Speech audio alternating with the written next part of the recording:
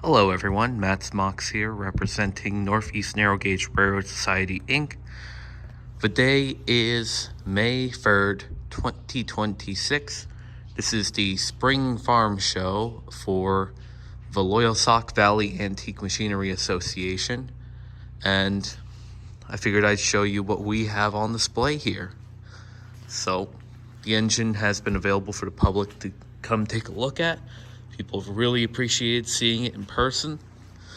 We've gained a couple new volunteers, people from other railroad groups who live in the region. We have shirts and other items for sale to fundraise. We've been doing pretty good so far. Lots of people came by. Here's one of our display signs for the engine. The box car we didn't make a display sign for, but I did put at least a box in the box car. Got the saws over there. About our Maryland stuff. And our coach. Now, unfortunately the saw won't be running today, but you got to see some video of the saw running. I'm also going to get some video inside the engine house there. It's called that because it's got gas engines and steam stationary. Some campers here. I want to show you guys the rural electrification stuff. These trucks here are the ones that we're keeping. We're also keeping the last truck on this line, but these 5 trucks are going to be sold to raise funds for the restoration. And because we know there's groups in need of these trucks, so we're opening it up for nonprofits to come in and get a chance at 5 arch bar trucks. These 2 were running the other day. They're both stationary engine and a stationary generator, or portables. They were pretty cool to watch run. That's the oil pan for another stationary inside. So let's go in here.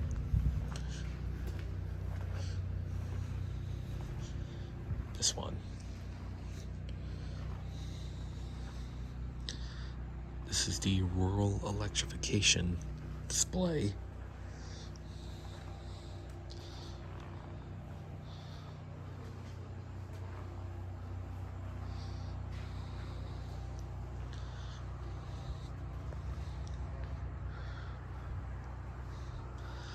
This is a very early working electric refrigerator.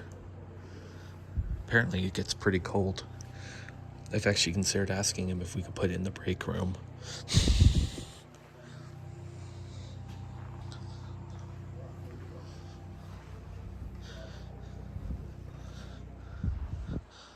More gas engines.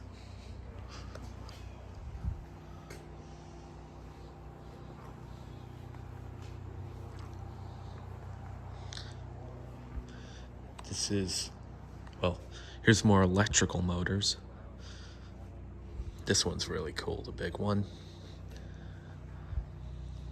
This guy knows a lot about electronics, so we're going to be asking for his help in the future whenever we need to do electronics. This is the mine display by another member here, Kyle. That car is actually a Robert Stale Coal Company mine car.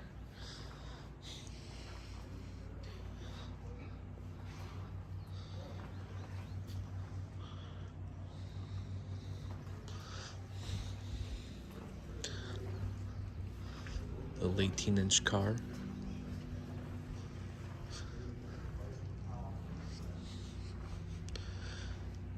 These rollers here are actually off the mountain locally for the incline railway that once was here.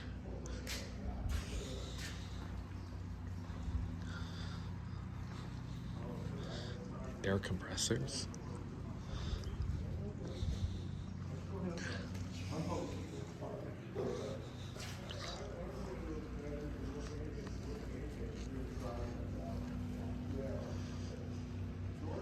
forget what this is.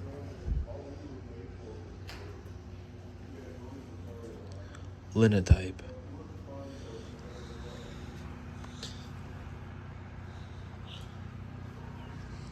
Kyle's 26-inch gauge mine motor. He's working to restore it to operation. Even built some track to operate it on. This is his wood shop. This is a 42-inch gauge car. Though it might actually be it almost looks like a 4-foot car. I definitely want to double check. These are some Barkley Mountain mine cars. There's another one of his 36 cars. And somewhere back there, there's actually a phone booth that he donated towards our future goals. As we do want to put a railroad museum here that covers not just narrow gauge history, but also the history of railroading in Ralston.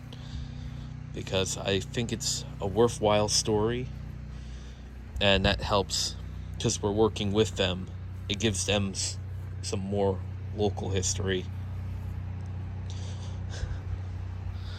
This is a stationary steam engine that actually was used to run that hoist and this cage. And then up here is his anthracite crusher. Except he spilled some delicious black diamonds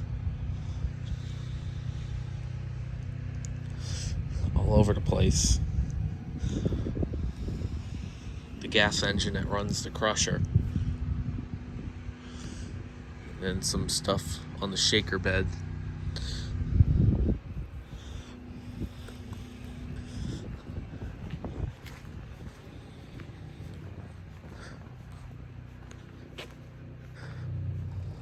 None of the engines are running right now, but I did want to show you them. So there's engines from all over the place. That large one in the back there is actually from the UK. But the majorities were built in the United States or mainly in Pennsylvania. These are just lots of them.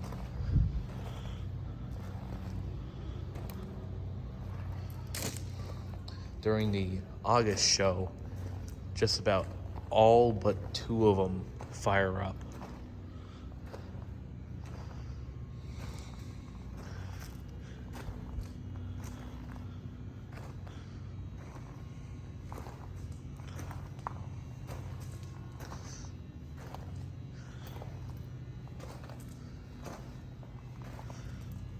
This one is one of the 2 that isn't firing right now, just needs a little work.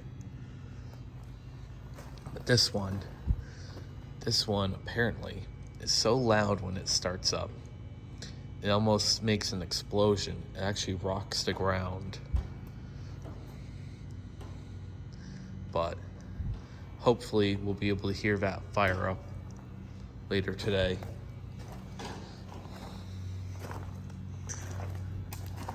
Now, there was a gas engine maker in Williamsport, and right here is the largest collection of surviving Williamsport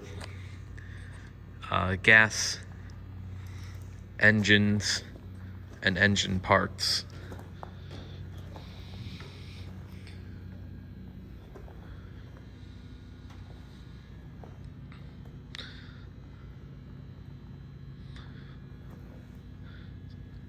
And I think this one here is a Troy engine from Troy, PA.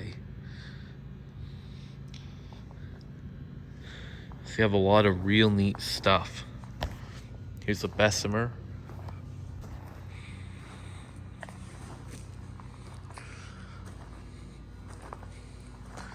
This one on a cart running machine.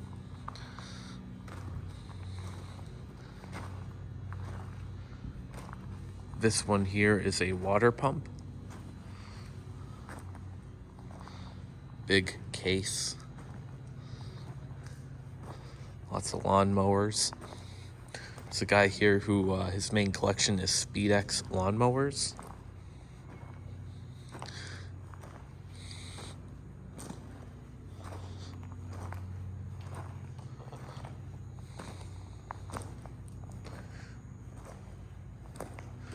A few more little engines.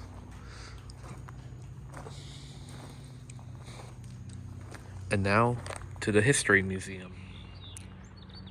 Here we have some of the tractors on display over here. A clipper and the main tractor line.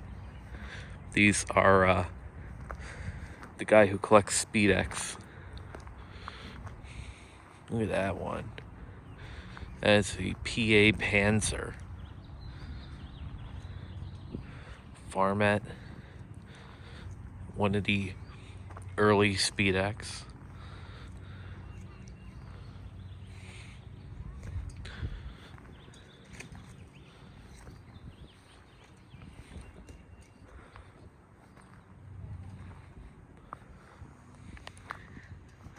Some SpeedX and Deere.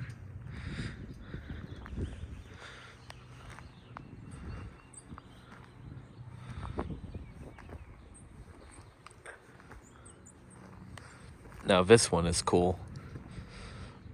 This is a powered tiller turned into a speed demon. You gotta see it when it runs. It's hilarious and it has no brake.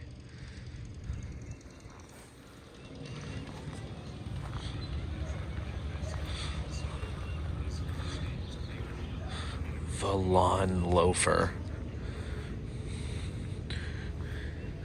With trailer.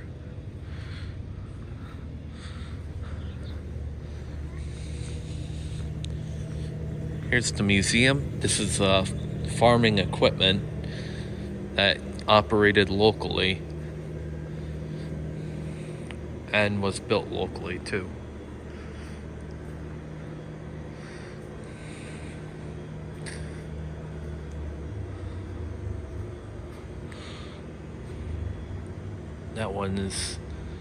This one's actually pretty neat. It's early 1850s.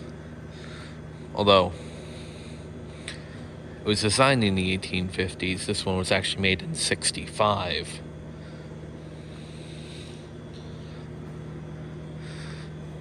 Here's for wood cutting. So you can make, what's it called? Firewood.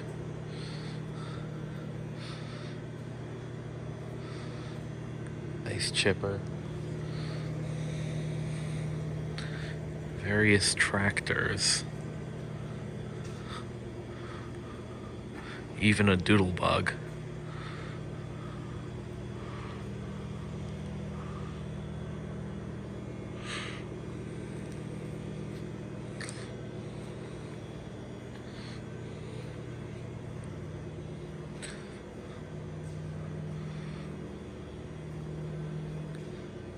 I'll get to this in a second, but there is a genuine Conestoga from the mid-1870s. This is the largest wagon here. Got some more tractors around it.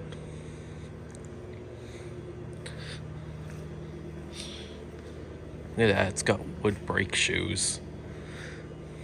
And Oliver. A couple more Silver Kings. Various machines, including the threshers. We'll get over to them. Baler. Grain binder. One of those cool pull-along machines, or articulates. The threshers are huge. All of them were used locally, and they all run, except for one. But they don't have enough volunteers currently to run all of them, so they're always looking for more volunteers. But I want to get to the steam engine for you guys. So this is the only steam tractor that lives on property.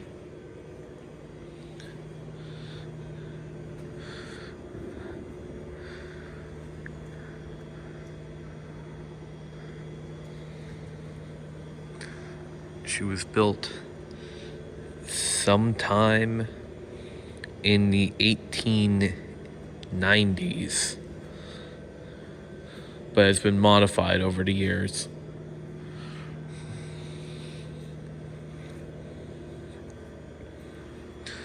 Vertical boiler,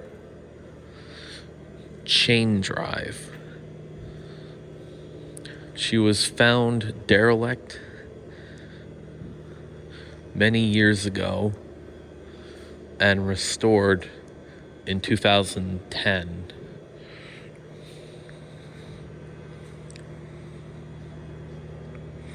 She's quite the machine. A lot different than your standard steam tractor. Her water tank is right here. So that's your water tank. Got the steam line.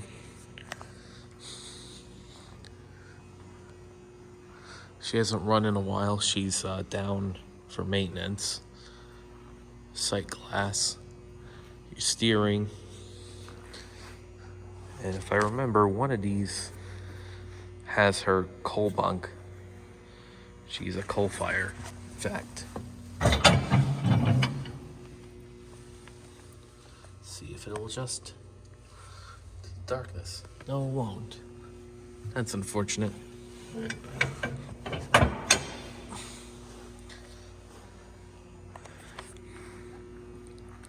It'd be cool to see her run again someday.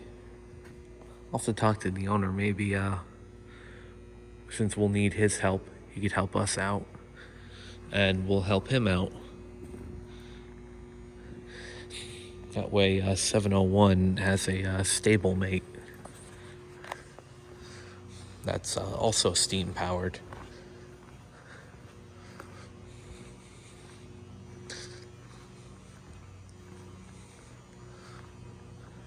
A little hard to get over there.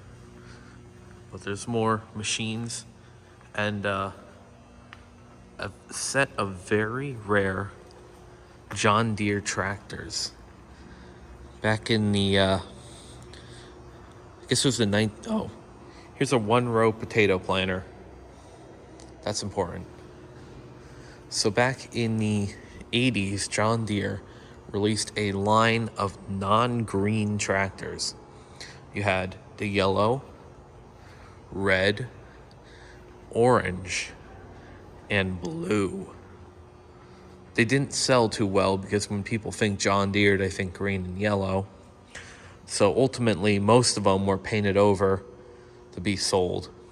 However, this guy has collected not one, but all 4 colors unmodified. Has brought them together. Only place where you could actually see them. And here's another very early John Deere tractor.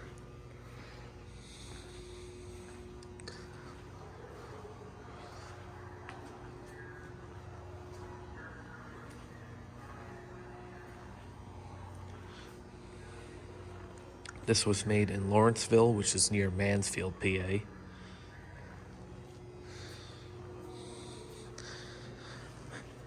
Some scales. The potato grader. It grades potatoes. That way you could make some more money on the market with your potato sizes. Smallest potatoes would fall below and you'd use those as your replants.